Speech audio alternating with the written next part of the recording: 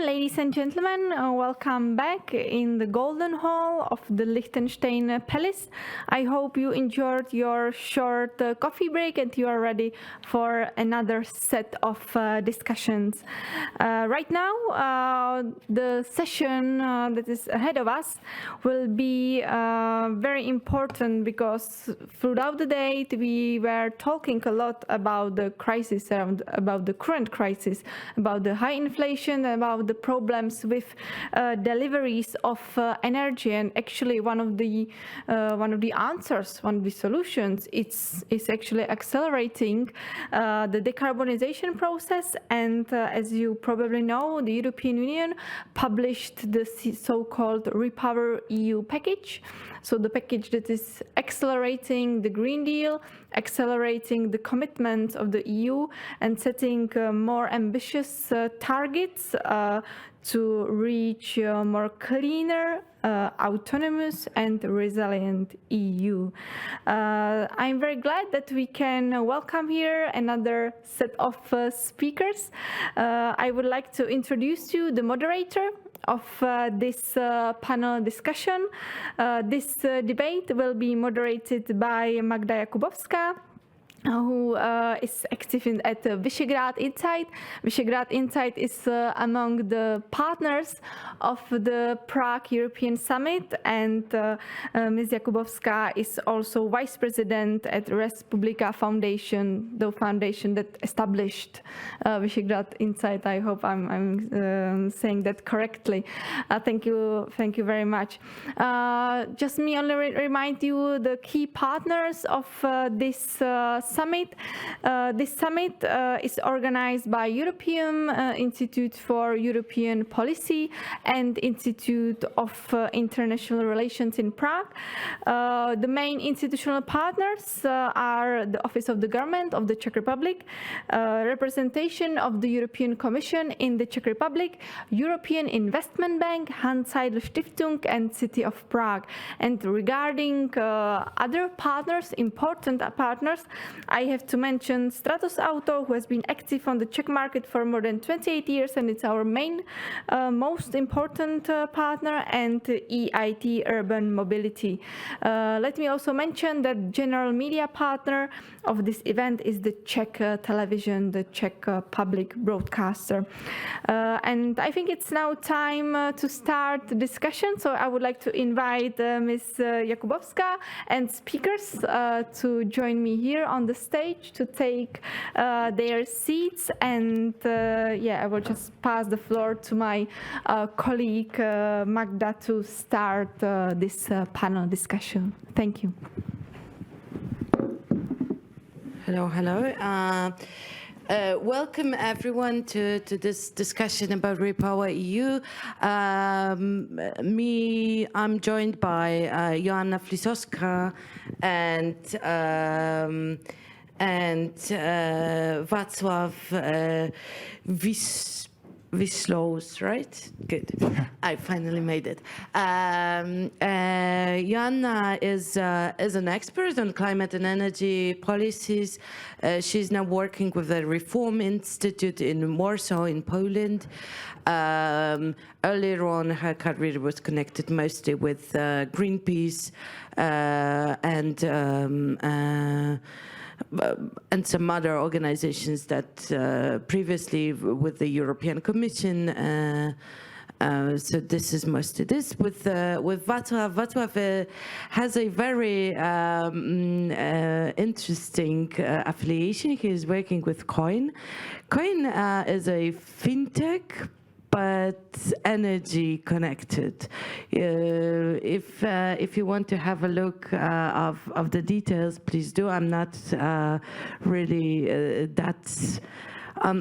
it's not that easy for me to understand things like this, but I think that most importantly, Václav is also a think tanker, a person that is working with Ampere think tank, Ampere Institute. No, it's not an institute. Ampere Group. Ampere Group, okay. So This was the introductory report. Please remember that we have the Slido, and you can ask questions directly. They will appear here in the tablet, so I'll see them, and I can direct them to my panelists. We gathered here to talk about repowering, RePowerEU, making EU more independent in terms of energy, but very kind of fast and ambitious. I mean, the aims of this program are very ambitious and really push us to make changes very, very fast. We've been for the whole day today and yesterday we were talking about this. I won't be mentioning all those aims, but I want to ask you how much this is possible for Central Europe to get to those aims, and how much we really need it, we as younger generation. Joanna. Yes, can you hear me? It should work. Okay, perfect. Yes, so maybe just one sentence kind of like of going one step back before your question, because I think it's really important to kind of realize that with the RePowerEU, we are not talking about something completely new. We are not talking about the new direction. We are talking about speeding up the direction that we were going towards already, right? We already had the EU Green Deal. We have signed the Paris Agreement quite a few years ago. So we knew that we are heading towards the clean energy transition. We knew that we are heading into quite speedy still energy transition and decarbonization. But now with the invasion of Russia to the Ukraine, we see that we need to start moving even faster, not only because of the climate crisis that we are facing right now, but also in order to ensure just independence of Europe and ensure that we are not reliant on any outside countries, etc., etc. And RePowerEU is the program that can help us on the one hand reach our climate targets, but on the other hand make sure that EU is basically safe, that we have energy security and we are not dependent on third countries, basically, in particular Russia, in the next years. That's the goal. And now coming back to the CE countries, I think we don't have much choice. I mean, I think also CE countries in particular are quite dependent now on Russian gas, Russian coal, like in example of Poland. So we also very much need this acceleration of the clean energy transition. We very much need to get rid of this dependency on the Russian imports, because now we are in a very vulnerable position where there are very realistic fears about the energy security for the coming winter, but also for the next winters as well. So we are not only talking about the winter we are now heading into, but we are talking about also our security for the next winters. And I think that in terms of the CE countries, it's actually an opportunity to really efficiently use all of the additional funds, all of the EU funding that can help us to do this leapfrog, basically jump into the clean energy sector. And I think that this is the opportunity that can help our economies to be much more, how to say it, modern, and also, to go ahead before other economies, basically. Like, we have a huge potential to do this very quick transition from fossil fuels to renewables, to the energy efficiency. And I think that this will not only help us with the climate crisis, not only help us with independency from Russian fossil fuels, but it will also help our economies to be more modern and just do better on the global markets, basically. See, Václav, you're the same opinion that it may only bring goods? Well, I think the most important thing is to understand where RePowerEU actually came from, right? So it was a reaction to the Russian war in Ukraine.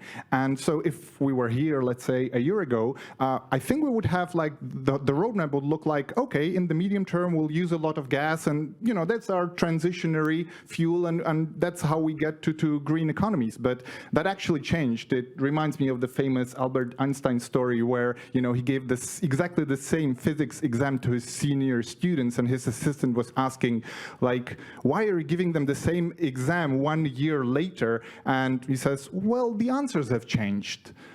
And I think this is the gravitas of the situation. Well, we need to understand that now we cannot rely on cheap Russian gas. And that was the plan all along. And not only the plan for actually reaching our climate goals, it was also our primary competitive advantage. You know, like as a European industry as a whole, and that's very important, and the repercussions of that, we can feel that across the economies, and it will actually haunt us for a long time. But, you know, to get back to your question, what can we do? I think, well, we need to start doing our homework. And actually, I'm very happy, like we are in this beautiful city of Prague, and in the last 4 years here, you know, there has been a lot of changes in this direction, and I think two projects that are on track to being realized are very interesting to showcase how we can actually achieve what we're talking about. And one of them is actually using wastewater to provide district heating for hundreds of thousands of people, of homes. That is an enormous undertaking which is using a resource that we already have here.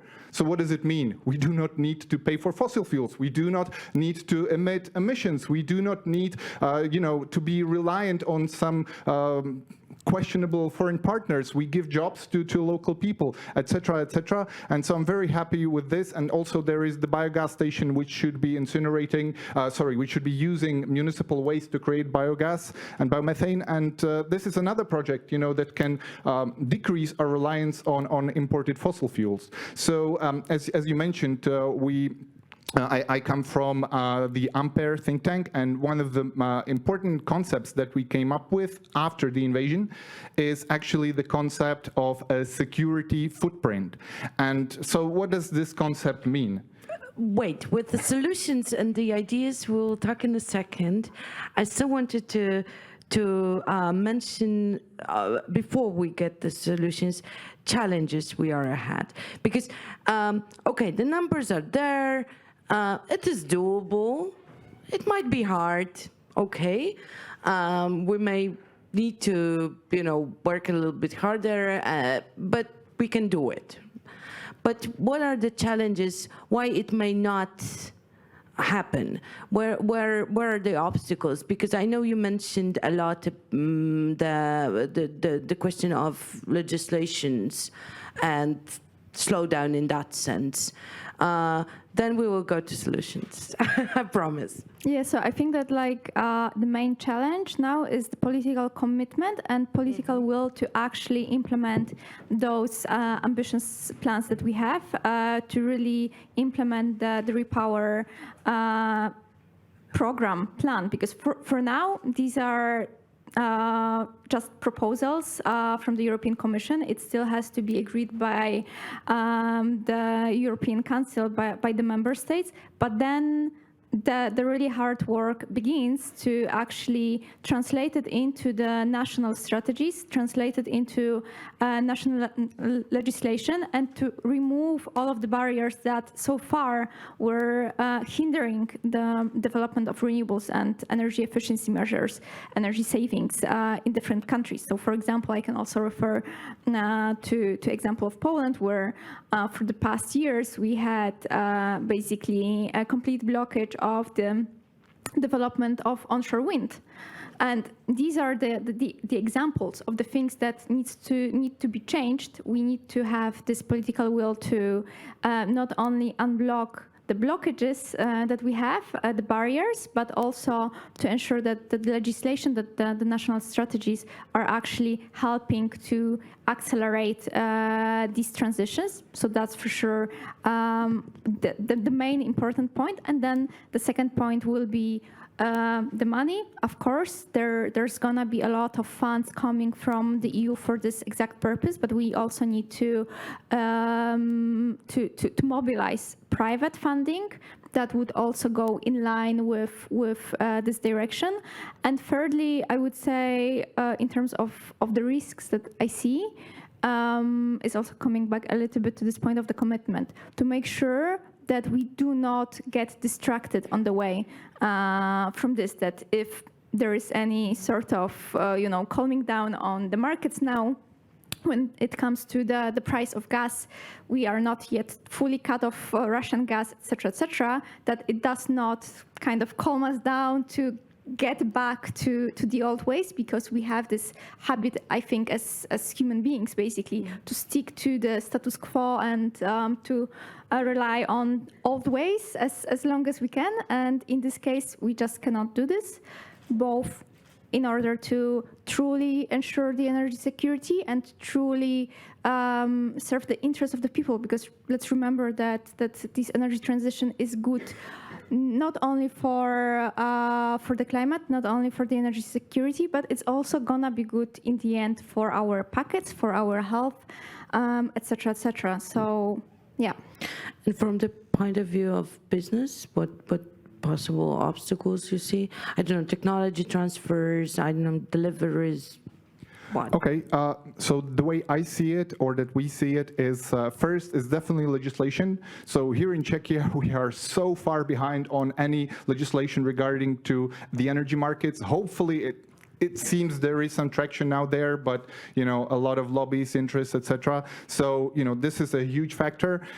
Second thing is capacity. So you have hundreds of startups with breakthrough technologies, and that's all great, and we need those, and that's important. But then we need to take those technologies and actually scale them on an industrial level. And this is going to be the actual undertaking of engineers, of our ingenuity, that will be really hard, much harder than coming up with a prototype. So this is number two. Number three, knowledge sharing. I think we need to understand that this is not a competition where we are one against the other. We need to pool our resources and knowledge together, companies and governments alike. People are asking all around me now, how can they save, what can they do, apartment building owners, etc. But there is just little in terms of actual being able to get to a reliable information source. And the fourth one is, I think, political.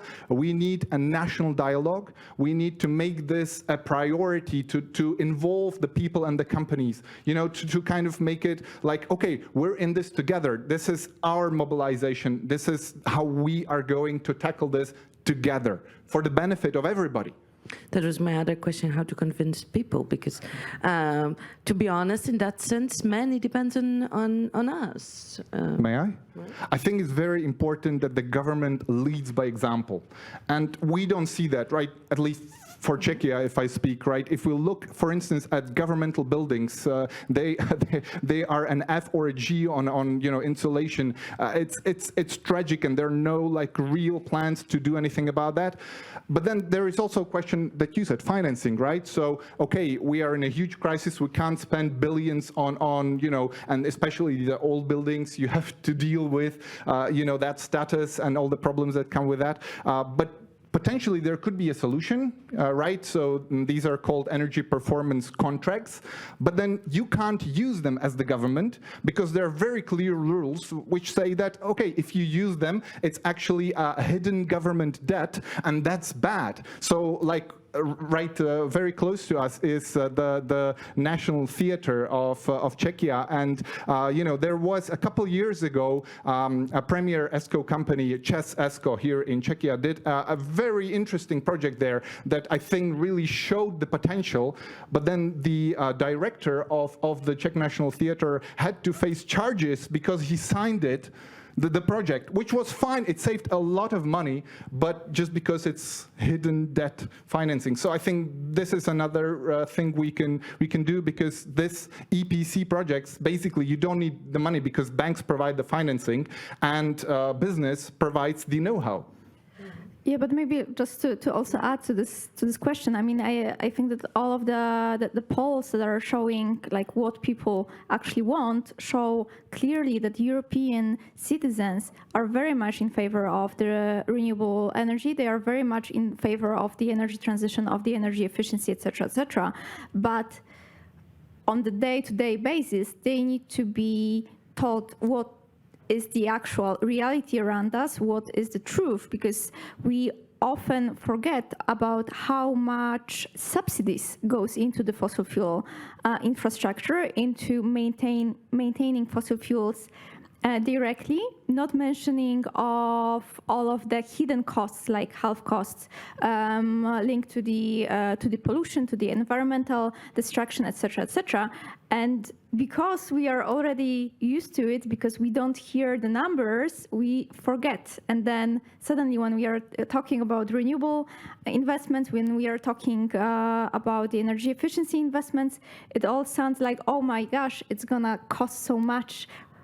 Why should we spend the money? But we don't realize that actually much more money is going into fossil fuels, and it's going into imports as well. So we are actually sending money out of the EU instead of investing in the EU.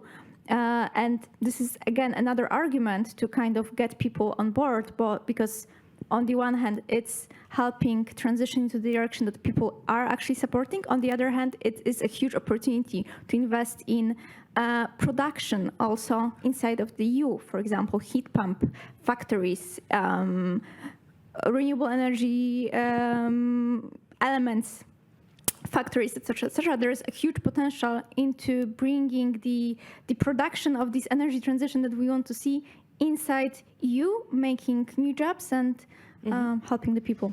Yeah. So quickly, to sum up, our session is really powering. How to keep this mobilization, and what are the recommendations from you to make it happen? That we are really meeting the requirements. I don't know if I should call it requirements, but yeah. Yeah, I mean, I think that we just need to make sure that there is political commitment. We need to be, watchdogging our politicians, our decision makers, to make sure that they are not only committing, but they are actually delivering what they committed to.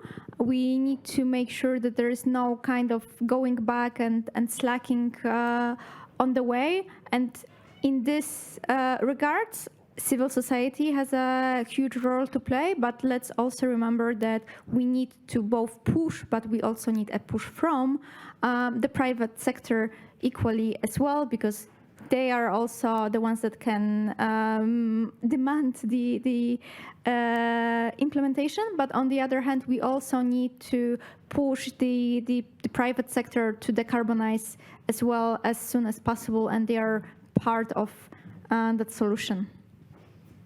What's up? Solutions. Yeah. I think the most important thing is kind of to get traction with the people, because like the government cannot do it alone. We need to include the people, and how do we do that? Well, if my neighbor is doing solar and doing heat pump and everything, then I'm going to do that as well. If it's the norm, if I see that he's saving a lot of money, etc., I would want to do that as well. A big potential here to unlock is in energy communities, which is a new concept. It's not actually even finalized in Czech law, but hopefully soon. And I see actually big potential there to onboard hundreds, maybe thousands of apartment buildings and municipalities, on this concept, because they see the potential.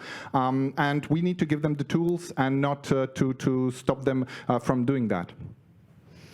Okay, we have a few questions from the audience. Some touch upon what we already spoke about, some more new, but interesting one was about the EU funds and how much our capacity to absorb the EU funds into may be a challenge to changes. Yeah, I would say this is definitely one of the challenges, to make sure that we are actually absorbing the funds. And I'm not sure how the situation is right now in Czech Republic, but definitely in Poland, it is going to be a huge challenge to even get those funds in the first place, like the right to use them. So that's our big challenge right now. But on the other hand, it's also, one thing is the kind of absorption of getting the funds, but the other thing is also about using them right, because I would say that our countries, CE countries, have a long history of getting the funds and then using them not in the way that they were envisioned for. So, for example, when it comes to the funds that, like the money from the ETS system, so the CO2 prices, the money from the CO2 sale permits goes to the national budgets, and it was supposed to serve the energy transition, speeding up the investments in the clean energy. But CE countries had like history of many years of really using this money only to cover the holes in the budget, or even worse, in using ETS money for investments in coal, in gas, in other in fossil fuels. So one thing is, yes, we need to focus on getting the money that those countries are entitled to, but then also watchdogging to make sure that these money are used in the best, most efficient way to accelerate the transition, instead of pushing us further into locking into fossil fuels, which is a big risk still, because there are so many loopholes in those financing programs that a lot depends on that. So I've already talked about capacity, and let me just reiterate that, because it's really important. And it's not only about factories producing goods, etc. It's also about people. And I think the most important to understand from the business point of view is that it needs to understand, it needs stability, and needs to understand exactly how it's going to go to make its plans, because nobody is going to open factories, nobody is going to onboard hundreds, thousands of people unless they have a clear path for years forward. And so, I mean, if you just dump subsidies on something, you say, okay, well, let's solve this problem. It's not going to work. There is a fixed amount of solar panels, of heat exchanges, whatever. What's going to happen if everybody just starts buying them because they're basically for free, subsidized, right? Well, the price is going to go up to compensate, so you have not solved anything. And subsidies can be very disruptive like that. So I think it's much more important to focus on these long-term things. And I think the European Union is actually not doing such a bad job with that. So this is the key concept. So when we talk money, how there's another question for what should be the ways to motivate private funds to invest in green transition? So one thing is that let's remember that like every euro from the public funds invested in some direction basically motivates many times more the private investment. So one thing is also like putting our money where our mouth is, basically supports that. The other thing is also maybe referring to what Václav just said, is consistency. So what we need is stable direction, stable policies that make investors confident that, that if they invest, that it will make sense, that the government will not change its mind in a moment. And then lastly, I would say also looking for partnerships, looking to team up with business is also important. And lastly, I would say it's also the other motivator we can already see.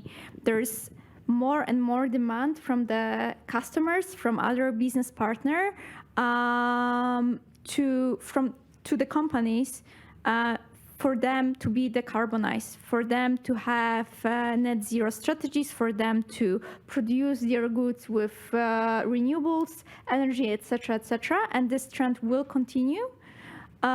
So we are also now in a moment where many big corporations, many big companies might stay and continue investing in the CE countries, or if they don't have good conditions, if they don't have the hope for decarbonized, for example, energy, they will start moving elsewhere where they can count on that. So let's also remember about this element to this whole puzzle. Mm-hmm. You want to add to that? If I may. So there has been this kind of thinking for the longest time that, you know, the yields and you know, how much money I get is the only thing that I should really worry about, and everybody is forgetting about the intangibles.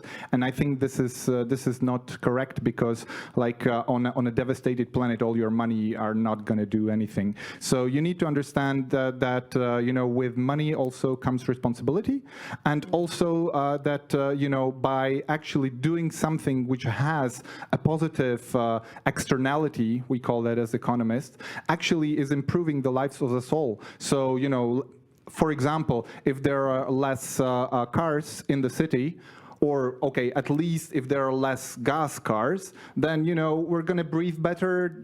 There's going to be, you know, a lot nicer. There's going to be space for more trees. So, you know, adaptation is simpler. And, you know, all of these things. So I think it's very important to understand that it's actually us who are shaping the planet. So for instance, many of you or who are watching us online, you know, you are working for corporates, for governments, for somebody, and you know, in technical fields and on specialized positions, actually you hold a lot of power. Like if you come to your employer, if you come to somebody, we need to do more, they will actually have to listen to you. That's why they created a whole ESG departments. Like they are afraid of your power. So don't you know, hesitate to actually ask, you know, for more responsibility, for more better governance. You know, the world's going to thank you for it. So true. Okay, I have two big ones. One is in China. So we are away from, let's say we cope with Russian, and what do we do with raw materials or low carbon technologies from China? I mean, like how we should treat it. So let's start with that. The other one I'll leave for later. I hope we made it. Okay, I'm not sure if like I totally got the question. The question is that dependence on Russia is is a part of the story, which seems to be partly solved. We have the ideas for that. What do you think of low carbon technology and raw materials dependence in China, from China, or on China? I can take it if you want. So first of all, we need to understand that we can't solve this alone, right? The idea of Europe solving the climate crisis alone is crazy, because we have a window that keeps shrinking, you know, because of other actors doing what they're doing. You know, it's completely moving. We don't know what the technology is doing, so it's like, you know, if I can use a famous quote, it's like trying to hit a bullet with a smaller bullet while blindfolded riding a horse. Right, so we need other partners, and we need also China. That does not mean that, you know, we need to deal with the strategic implications of that. And so, if I may, I would return to what the security footprint is, which I talked about before. For the longest time, we have ignored the fact that by buying gas from Russia, we were actually financing a regime that, you know, does what it does. And for the longest time we thought it's okay, you know, okay, well, they're not the nicest guys, but you know, it's okay-ish. And so we did not price in the negative externality of what we are doing, what that money is being used for. And I think this is very important. Pricing in negative externality at any level, it's not only about carbon, it's also about security implications that I think we should consider. Mm-hmm. Okay, and last, I hope we make it. Yeah, we have 2 minutes. So the last one is about the widening gap in green transitions between EU member states. Most likely it's about the member states beforehand. So it's multi-speed Europe in this sense. And the other part is the European neighborhood aspiring countries or candidate countries. How much we can fix it to make the gap smaller? Is it regional cooperation is enough, or we need something more? Yeah, so I mean, I think that definitely we need to be working on like closing the gap as much as possible. And then if we are looking at the targets that we are aiming at, there's little space for the gaps anymore between the member states. We are all heading into the same direction, and in the end want to hit the same targets. So it has to happen, and therefore the support from, for example, EU funding has to be adjusted to those gaps that we are having right now, but in the same time, it has to be linked with increased ambition. So we can't maintain the situation where the countries that are the farthest now in the transition continue to have the lowest targets and biggest money. And biggest money for not really committing to increasing its ambition, especially that, you know, some of the transition is already happening because of the economics, because of, you know, running out of fossil fuels, et cetera, So, you know, we need to be rewarding ambition, not business as usual in this case. So that's one thing. And then when it comes to the neighboring countries and those that are aspiring to join to the EU, again, like when we are talking about net zero target by 2050 in the EU, let's remember that it might be much bigger EU by then. So we need to make sure that they are going also in the speed that can allow them to kind of catch us on the way. And maybe one more kind of reference, just, you know, a little bit touching on China, but also on the neighboring countries. So I think one of the more interesting proposals of the Fit for 55 package is this carbon border adjustment mechanism that really did make waves all around the globe, where suddenly everyone is now talking about CO2 pricing, carbon markets, etc., because they prefer to use those money for the CO2 price in their own country to speed up their own transition instead of paying the tax on the border with the EU. And here we can see how much waste and how much impact EU policies can actually make for speeding up the transition around the globe. So let's not forget about that. And I want to underscore this because I actually wanted to say exactly the same thing. I think it touches everything that we discussed here. CBAM is absolutely critical. And if we're hitting the gas on renewables, I think we need to hit the gas on CBAM as well. This is my personal opinion. I think it solves some of the concerns that countries such as Poland, such as Hungary, Romania, etc. have. And I think this is very important to actually, you know, say that we're listening to you and we're implementing things. It touches on the China issue, and you know, it actually touches on the we can't do it alone. So okay, we can't actually force you to do something that you don't want to do, but if you want to play on our turf, you know, you have to play by our rules, and that means you know, paying for the carbon. So I think this is the most critical issue and the best takeaway. So maybe something to finish on. We can motivate others. Okay, so let's repower CBAM. Okay, thank you so much. We have no more time for sum ups, but I hope you enjoyed the conversation, and let's thank our panelists and for their efforts. Thank you, Magda. Thank you.